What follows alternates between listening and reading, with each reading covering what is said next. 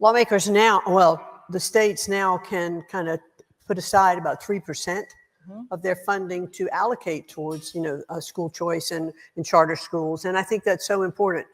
The president's main goal is to make quality education and access to a quality education for every child in America. He doesn't care. He's told me, he said, look, I don't care if kids have homeschool, I don't charter school, public school, private school, religious school. He said, let's just educate our kids and let's have states where education is closest to the child.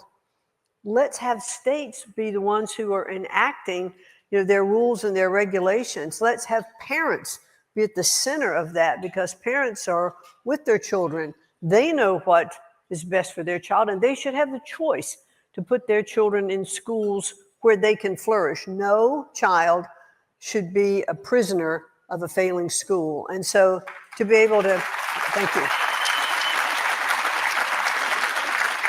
And so as we look at the new legislation, we've just allocated we're able to get past, another $60 million for school choice. So now we're up to $500 million. And that just makes such a big difference. And so for, to start, more charter schools. And I just think it's so important. It seems to me that for you and for the president, this is personal. And both as incredibly successful entrepreneurs, you understand kind of the importance of education for our children and development into and kind of skill sets that can be successful. Do you think one of the first things that the president did was have a cabinet meeting and brought in all the education leaders that you participated in? Why do you think it's so personal to him and for you? Well, let me first speak for myself.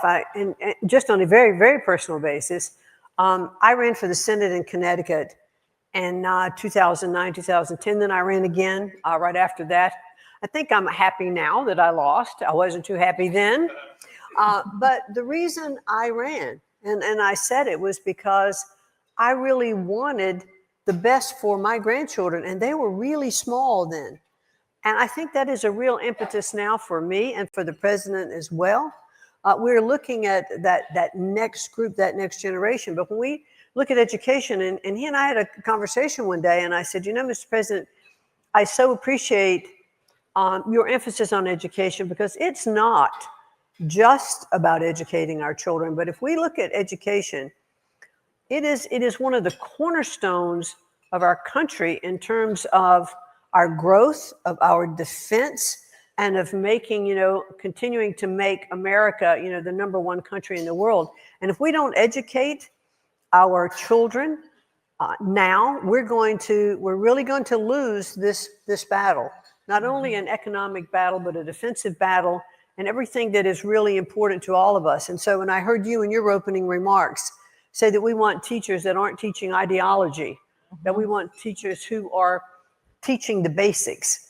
They're really teaching courses. I mean, when we look at our NAEP scores, and we know, this group knows, they were just deplorable. We have to get those scores up. We have to educate our kids. We have to get back to the basics of, and my number one issue is literacy.